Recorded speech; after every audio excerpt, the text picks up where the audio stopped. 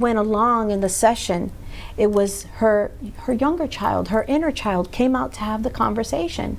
And she's like, oh my goodness, my inner child, and she misses her dad, and you know, my conversations with, you know, these men, and the men that I mean, it just was a total unraveling by the end of it.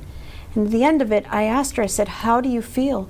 She's like, oh my gosh, I feel empowered. I was able to strip away, show these things, to your point where you were saying we take in all of these things that were taught to us as children, and she had a lot of those inlying stories that were told to her. And she said, you know, my inner child needs a man to feel protected. And I said, that's probably why you're carrying around this and you keep making these different choices. So let's go back. She says, well, there's one of the men in my past doesn't want to leave because my inner child is holding him by the hand because she gets a sense of protection.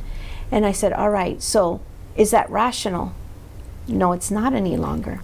Is it an issue for you? I had to get her to say, this is an issue for me, because now if we're ready to address that issue, now we can walk it to the door. So I said, so visualize walking that gentleman to the door, thank him for getting you this far, but his services are no longer needed. So you're